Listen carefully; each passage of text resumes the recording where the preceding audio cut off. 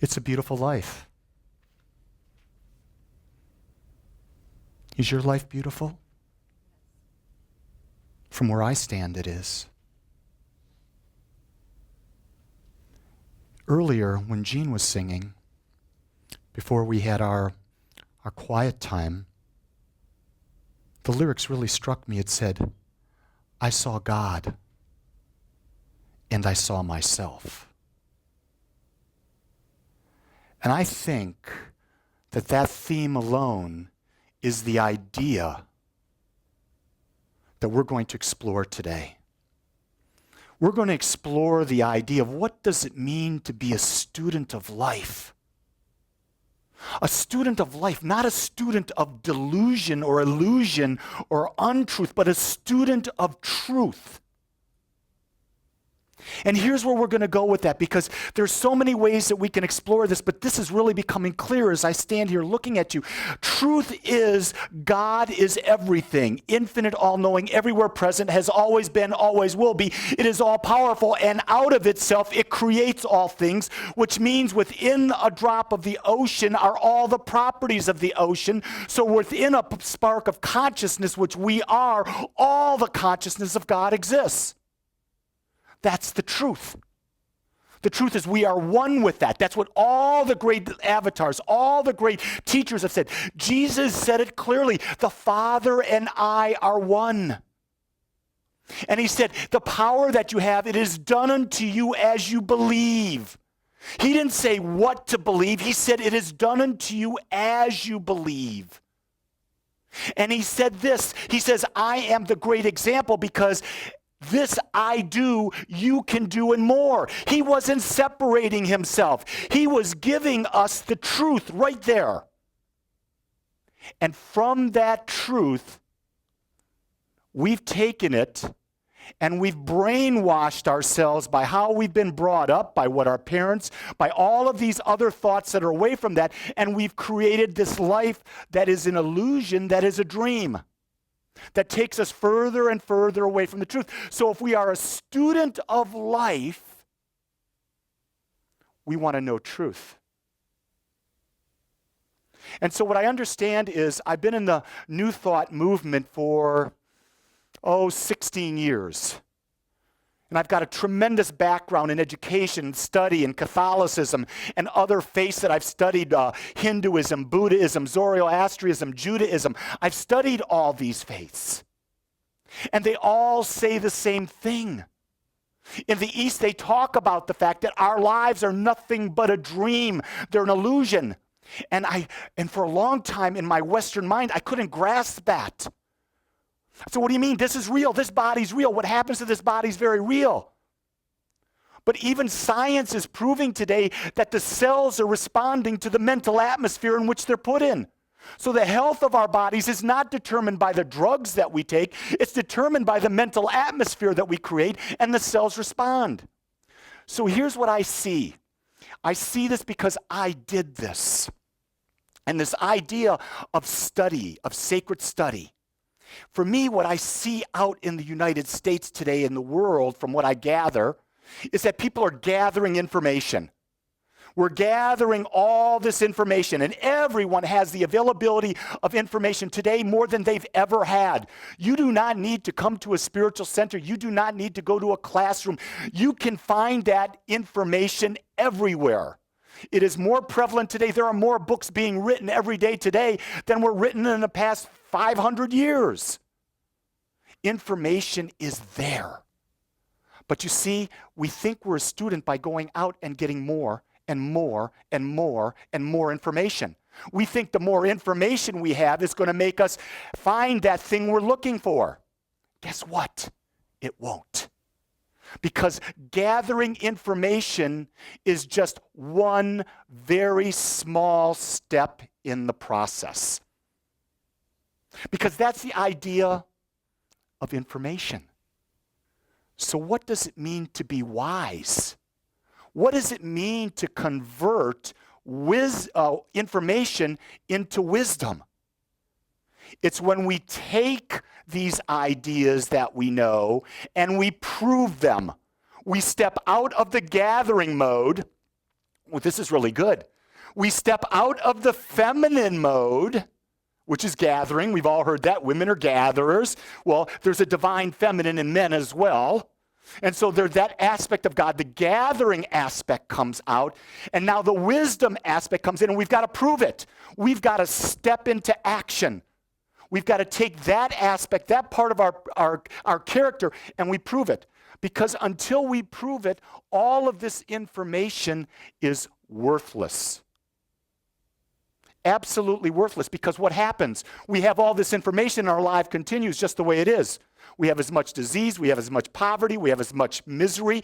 Nothing has changed. So it's a stepping forward. It's creating that place where we can test it. Here's the real key.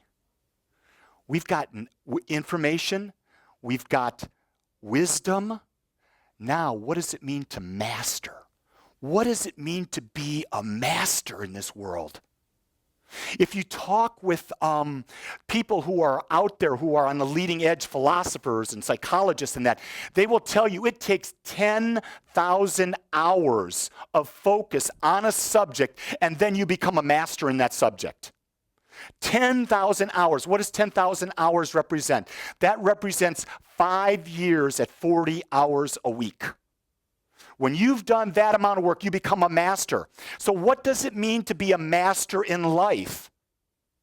To be a master in life means you've taken the information, you have tested it and proved it, now you have committed to the idea of living it. That is an easy thing to understand. And yet, very few people have ever done it. I love Bishop Spong, Episcopal bishop, retired, one of the great theologians of our day, understands the Bible. He's probably one of the top 10 biblical scholars in the world. He is in every conference. He's a part of all this. This man knows it. He studied it in Aramaic, in Greek, in Hebrew, all of the languages. He studied all of the texts, and he came to this. He says in his book, Christianity is the greatest philosophy that has yet to be practiced. Now, how can he make that statement? This is supposed to be the greatest religion in the world, according to us in Judeo-Christian West. The reason is we haven't become masters. Because Jesus said it so clearly. There are only 2 commandments. Love God above all else. Love thy neighbor as thyself. And to love God above all else and to love thy neighbor, you have to love yourself. So what does that mean? It means that we cannot go into judgment. The second we go into judging something as better than us or less than us, what have we done?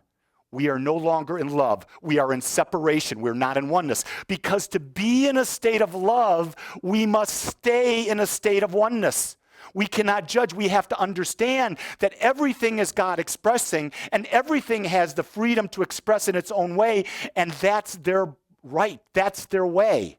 It doesn't mean we have to agree with it. It doesn't mean we have to participate in it, but we have to honor that aspect and know that living in a society, there are consequences to actions that we take that are outside of the normal norms. But we don't have to judge it. We let society take care of that.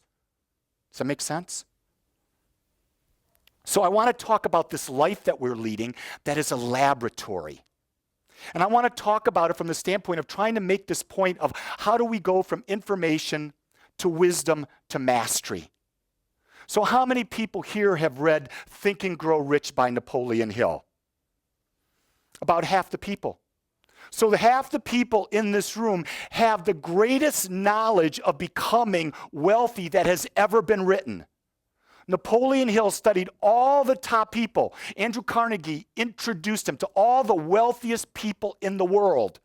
He put it all in one book over a period of 20-some years. He gave all the secrets to becoming wealthy. And now some of us have taken some of that knowledge and tried it. Tried it. And there's not one person in this room that is a master of it. Because if there's a person that's a master of it and I don't know you, would you please come forward after service? I want to talk to you about this piece of land I want you to buy for Agape. Because you've got that money and you can do that right now. You see, to know if you are a master, the results are there. If you do not have the results, let's not fool ourselves into believing we're a master of something. Well, I know that. Well, wait a second. If it's not demonstrating in your life, you don't know it. You think you understand it, but a master knows it because they have that experience. So let's go further. Let's talk about this idea of love. Everyone understands what unconditional love is. Don't we have an understanding of what unconditional love is? And on occasion, we practice it. Is that true? How many times do we gossip? How many times do we compare ourselves to someone else? How many times do we put down or make ourselves above or below, or other people are above and below us? Every time we do that, even in jest, we are not in love. And we don't have a clue in that moment what love is. You see, that's what we're building here. We're building a community that is not about bullshit. That's on tape. I want the world to know what we're building here. We're building something that is sacred. Something that is so sacred because we are making a commitment to do our best to bring out that which is in us that desires to come forth. And in the process of bringing it out, we will create the most magnificent life we could ever imagine.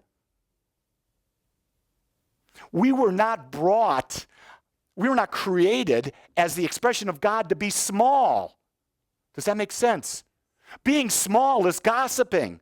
Being small is not being wealthy. Are you hearing that? To think that you don't need more, that's sort of silly. And I'm going to just take that one by the horns. Because the more you get, what can you do? You can give more. And the more you give, you can create a different world. You can be a part of the solution that feeds the entire world, that teaches people, that brings education to the world. Not education where they have to pass a test like we do in Texas or in the rest of this country, but education that teaches our youth, teaches our adults, teaches our seniors how to think outside the box so that they can create new thoughts, and then to bring all this information into place, to test this information, and then dedicate their lives to being a master. Does that feel powerful? To be a master. Each of you are a master, and you get to choose how you bring that mastery forward. There's a song that Gene and I and Gene heard when we were at Ween Games. It's called Holy. And it is a real powerful song. It goes 10 minutes. And it builds up where they start chanting the names of all the great avatars. Jesus, Buddha, Krishna, Isis, all of these great avatars that always been. And then they start chanting the qualities that are God: compassion and love and peace and beauty. And then they start talking about chanting, we are what? We are what we. We are what we are looking for. We are the Christ. We are the Buddha. We are the answer. We are our own salvation. You see, there's no one to forgive us but ourselves. Because if there is an all-knowing, everywhere present God that created all things, there is no possible way that God would judge itself. It cannot judge itself because there's nothing outside of it. You see, the human delusion is that there's something outside of God, because the human only knows contrast. But we're thinking through our small minds. We're thinking through a delusionary thing that's been propagated all throughout history. And we keep fighting against that delusion to realize there's only one. So people say, Lee, what about our soldiers? I said, I am for our soldiers. I support our soldiers, and I am totally against war. I am totally against war because war has never solved anything. Love solves everything. But that takes work. And the only place it can begin is begin with us. We have to be the change in our life, and then we become the change in the world. The idea of agape, of being unconditional love, is so big, you can't get your mind around it. When we chose that name, Agape, for this community, it was because it was so big. It was something worthy of striving for. It was worthy of creating. It was worthy of being a part of. So when people ask you, what do you do at Agape? You can tell them, we bring joy to life because we love. We are here to love you no matter what your background is. I found this to be one of the most profound things I've heard recently. When we were at Edwin Gaines at this retreat for ministers and practitioners and board members on prosperity, a young lady stood up and she espoused these things that you would consider very horrific that happened in her life. And there was no way she could ever imagine having a life that could involve being in love with someone who loved her unconditionally. She felt it was absolutely impossible. And Edwin, this beautiful sacred teacher, turned it around and said to her, if it were me telling you that story, if it were me that had those experiences, could you love me? Think about that. The answer is yes. And it was at that moment there was a transformation in that young lady, because she could realize that it was possible to be loved. You see, this journey, this idea of class, this idea of being a sacred student, this idea of learning, comes down to one thing. It comes down to giving and receiving love. It comes down to loving God above all else, loving thy neighbor as thyself.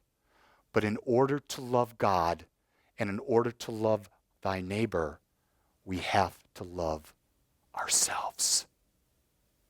Until we love us, we can't see God because we think we're separate from that which it is. If we can't love ourselves, we can't see God in our neighbor. So the idea of being a student is simply to be able to go through life and see love.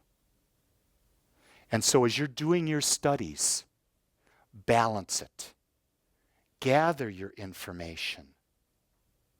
Test that information. Be a doubter. Do not believe anything anyone tells you. I've stood up here hundreds of times and said, do not believe Lee Wolak. But if something interests you, test what I say and see if it works for you. If it works, dedicate your life to being a master. Why would you want to be a master? Because there's something in you that says it's the only reason you're here. I see you. I know who you are. You're the chosen one. No one in the world can replace you. Without you, God is not complete. Because of that alone, you are worthy. You are the divine. And you are what you've been seeking. Put your arms around yourselves just like this. Just embrace yourselves. And just say, thank you.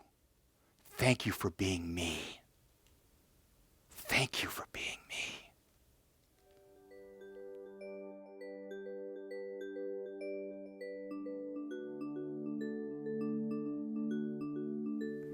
I want to thank you for joining us today. I am so grateful that you took your time to watch or listen to this message. If you found this message beneficial, I would ask you to go to our website. Once there, click on the Contribute button and experience the joy of conscious and purposeful giving. It is through your gifts that we are able to bring this message to the world. I would also ask you to please share this message with anyone you feel might benefit. Again, I want to thank you for joining me and the Agape community as together we bring joy to life.